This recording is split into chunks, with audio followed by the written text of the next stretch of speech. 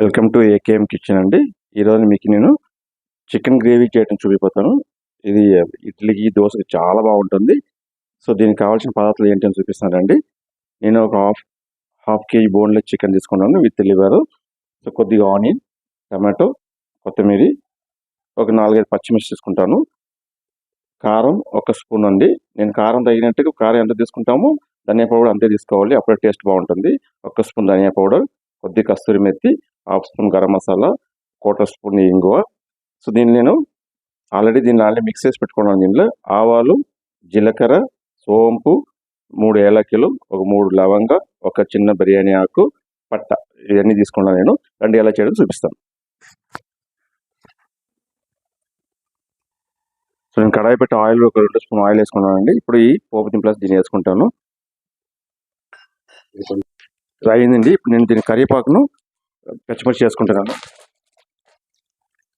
కొద్దిగా onion, gravy కొంచెం onion ఎక్కువ వేసుకోండి, అప్పుడే బాగుంటుంది గ్రేవీ. ఆనియన్ కొంచెం వేగినండి, కలర్ చేంజ్ అవ్వని.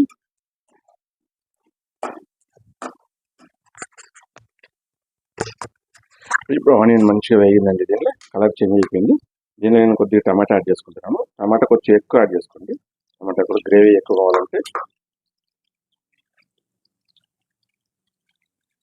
ఈ రెండు మంచిగా వేగినండి, టమాటా కొద్దిగా వేగాలి మంచిగా.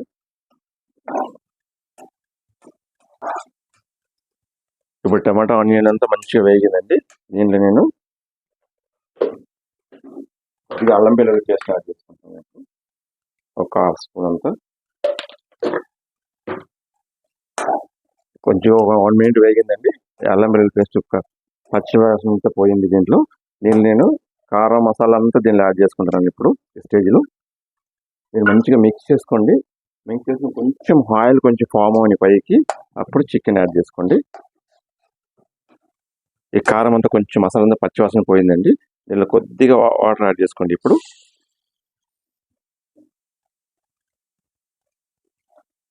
ఇది కొంచెం వేగనండి, కొంచెం ఆయిల్ అంతా సపరేషన్ అవ్వాలి. కొంచెం సపరేషన్ అయ్యేటప్పుడు, ఆయిల్ సపరేషన్ అయ్యేటప్పుడు చికెన్ యాడ్ చేసుకుందాం. సో ఇప్పుడు ఇది అయ్యిందండి. నేను ఆయిల్ సపరేషన్ అయినాక నేను మసాలా అంతా చికెన్ యాడ్ చేసుకున్నాను. ఆల్రెడీ చికెన్ యాడ్ చేసిన ఒక 5 మినిట్స్ పెట్టినాను. ఇది మంచిగా ఇలా వేగింది. ఇలా వేగిన తర్వాత దీంట్లో ఇప్పుడు మీరు వాటర్ యాడ్ చేసుకోండి. మీకు ఎంత గ్రేవీ కావాలండి. గ్రేవీ కొంచెం ఇడ్లీ కాబట్టి ఇది గ్రేవీ కొంచెం నీళ్ళగా ఉంటేనే బాగుంటుందండి. సో దానివల్ల నేను ఇప్పుడు వాటర్ యాడ్ చేసుకుంటున్నాను.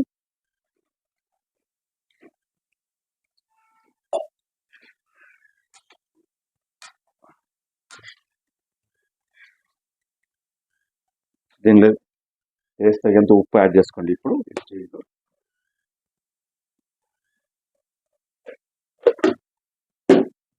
ఉప్పు, కొద్దిగా కొత్తిమీర,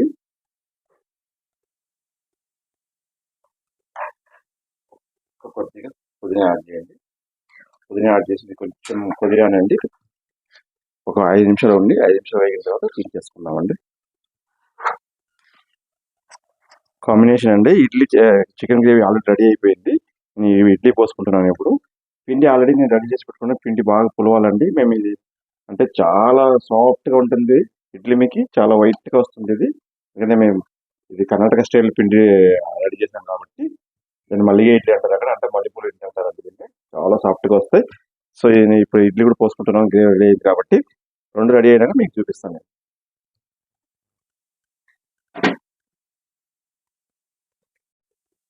సో వేడి chicken gravy with idli ready అయిపోయిందండి. ఇడ్లీ చాలా సాఫ్ట్గా ఉంటుందండి, మీకు పాయింట్స్ లాగా ఉంటుంది, పాయింట్స్ కేక్ లాగానే.